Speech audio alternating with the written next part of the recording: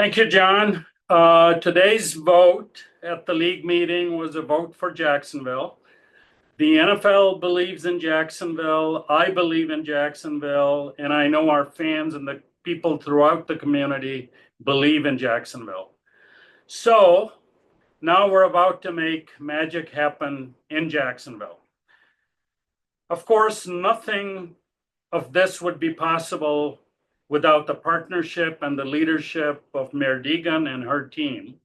So Mayor, thank you, and I'll turn it over to you. Well, let me start by saying thank you so much, Mr. Khan. I am so grateful to you and to you, Mark, for the great partnership. This is a momentous day for Jacksonville. You always say, never bet against Jacksonville, never count Jacksonville out.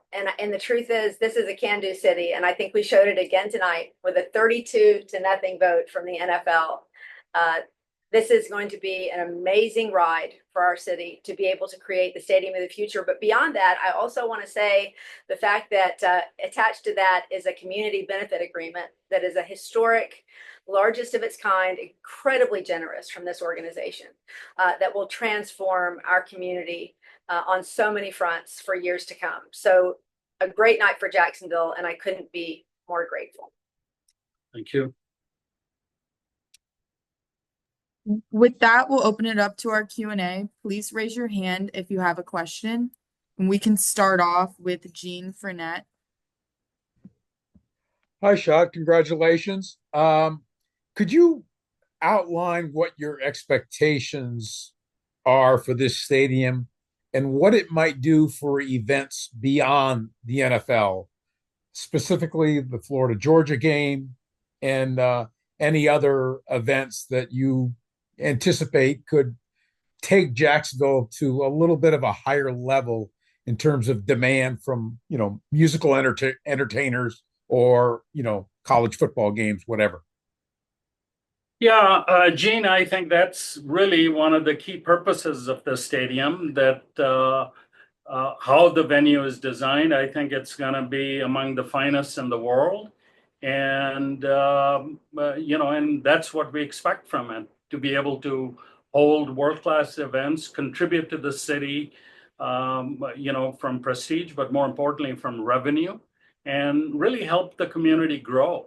So this is, it's a public venue, and the key purpose is to serve the community. So, we have high expectations, the design, the function, all of that is to make it among the best in the world. If I could have a follow-up with Mark, how would you anticipate that the Florida-Georgia, what this will do to impact the Florida-Georgia game with the added revenue that you would presume they'd be able to offer teams with obviously more expensive seats and suites and things like that? Well, Gene, as you know, one of the things we did up front is we talked to important stakeholders very early on in the design process. We had multiple meetings with the athletic directors, both at the University of Georgia and the University of Florida, because we wanted to make sure that this stadium served their needs to ensure that this great annual tradition of the Florida-Georgia game stays in Jacksonville. And I think this development puts us in a position to be much stronger in our confidence that those universities will choose to stay in Jacksonville, because economically it is significantly better for them under the new stadium than the old stadium. Thank you. We'll go to Rick Anderson.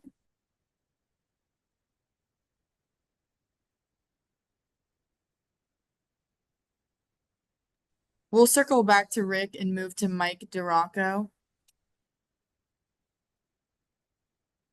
Shad, is there a sense of relief now that this long process is finally over, and maybe for Mayor Deegan as well? Well, I think it's, it's end of one process, but start of the other process. But there is, we've been working at this. There's been a huge amount of work done. So really, it's always a relief to get this behind us. 32-0, but a lot of work got into it to get us to where we are today. Yeah, I will certainly add to that It was incredibly important to me and I think to all of us to move through this process as quickly and efficiently as we could, so that we could get on with construction and get on with this wonderful new stadium. So for me, it is a relief to hear that vote. I think we all anticipated that it would be positive. And that's thanks to a lot of work by these gentlemen.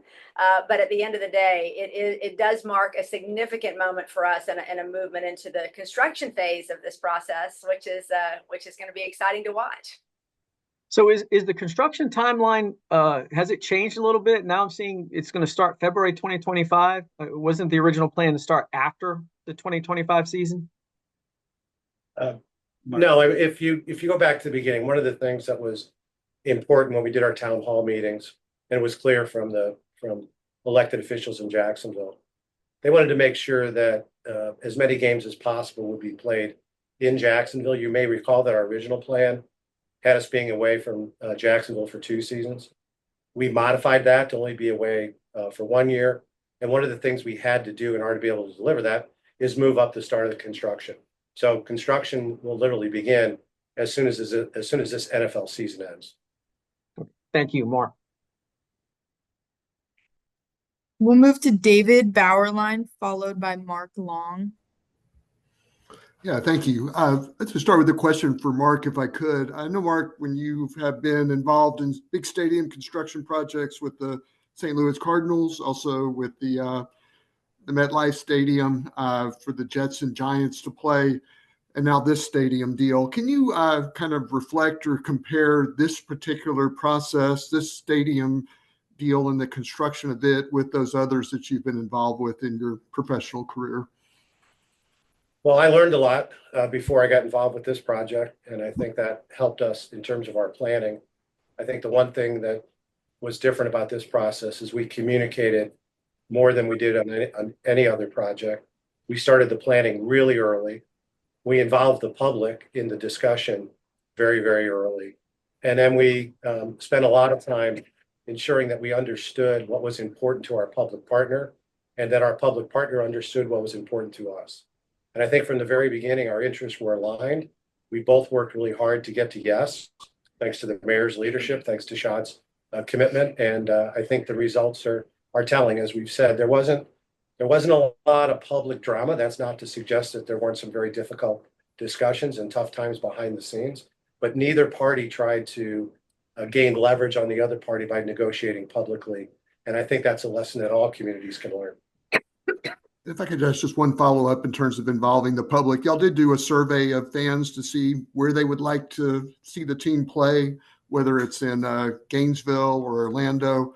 Have y'all gotten results from that? And the NFL owners, I understand, it still will need to approve at some point where you're going to be playing when you're not in Jacksonville. So where does that stand in terms of where you're going to be in those seasons that you're 2027, where you're not there at the stadium in Jacksonville? Well, before answering that question, I think it's important that everyone understand that our thoughts and prayers are with everyone in Central Florida as they deal with the aftermath from Hurricane Milton. We have a lot of work to do on that decision. We really didn't have to spend too much time on it until the project became real. It just became real about an hour ago. I anticipate that it's going to take us at least through the end of this regular season to have a really good handle on it. That at that point, we'll have a recommendation, and then we have to work through the NFL, the same process that we went through on the stadium. We haven't done just surveys with our fans. We've done surveys with our fans. We've done surveys with our sponsors. We've done surveys amongst our employees. One of the most important constituents is our football operations. We have a good feeling on what they want to do. We've also had ongoing discussions, principally aimed at Gainesville and Orlando. And David, until we get all of that information together, I think it might be a little premature just to speak to just one aspect of it or another. Okay, thank you. Mark Long, followed by Kent Justice. Hey, Shad, congratulations. I know over the summer you mentioned, this is a bad day for the Debbie Downers and the doubting Thomases of the world. Do you, at least now that it's official, do you allow yourself to maybe take a little victory lap or a little "I told you so" Okay. moment? Yeah, I'm doing that, Mark. Okay. So yes, I'm going to do that. Okay. So, and it's, actions speak louder than words, and I think we're going to have some real action. Yeah. Is there I mean, maybe actually Donna's probably the better one because she likes to take a victory lap. But is there I I'm gonna told not you, try to take offense to that, but go ahead. Yeah. right? No, that's a compliment. Is there a "I told you so" here? Just everybody who for Shad, it's been 13 years that people 12 years people have been saying this isn't going to happen. This is a pipe dream. This team's moving. All of that. Listen, I'm just going to say I am a shameless homer. And I have been a huge fan of this city my whole life. I've been a huge fan of the Jaguars since before we actually got the team. and I just I clipped every article. I took note of every person who said that this was never going to happen. I remember Forbes came out with something that said there was no chance we were going to reach this agreement. So you betcha. Jacksonville is a can-do city, as I said, and I want the people of this city to really start believing that. Because it's true. And I think that this is just a testament to what we have here. I mean, we are here in London to talk to people about the gifts of our city. The fact that we have this wonderful NFL team. Everywhere I go, people talk to me about Shad and about the Jaguars and what big fans they are here, and how wonderful Jacksonville has been when they've come to visit, and the river and the ocean and all the things that we have to offer. And I'll just say that it's time that people in our city really start to embrace what a wonderful home we have. Not that we don't, but I think there are some people that still tend to go toward that attitude of, oh gosh, we're just Jacksonville. We are a city on the rise, and the Jaguars are a big part of that. And I can't wait to take that victory lap. So hopefully I started that tonight.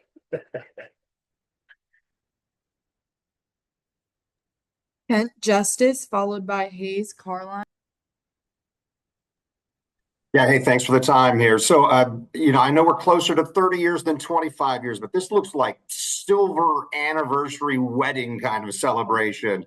I guess the big question for each of you, hey, are you still in love? The franchise and the city, does this represent that going forward another 30 years? Well, I think I already answered that question, Ken. So absolutely, it's a yes for me. I couldn't be more excited to partner with Shad and with Mark and with this organization. They have been incredibly good to Jacksonville. I was talking with somebody here in London today that said, I know a lot of NFL owners, and I'm not going to name any names, but they said you are incredibly lucky to have somebody who invests in the city the way Mr. Khan does and wants the best for the city of Jacksonville. And I am grateful for that. And so for me, that answer is a resounding yes. And Mr. Khan, is it a matter of timing? Obviously, third stadium deal in just a couple of years for the NFL at large. Was it just the right time to get a deal like this done for the city of Jacksonville and for your franchise? Well, I think, the time was right, and there was, again, a lot of heavy lifting done.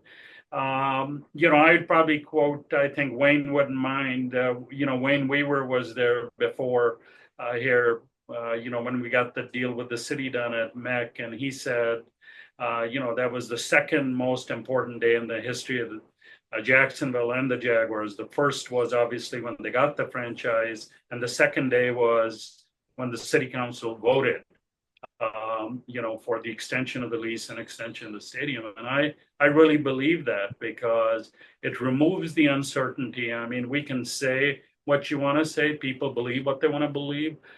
So I think this is, more proof. And then as we have the development on the east side and really the growth, for me, we want, the area we're doing with the stadium, the Four Seasons, the museum. I mean, we want that to be the jewel in the Jacksonville crown, frankly, and we're headed that way.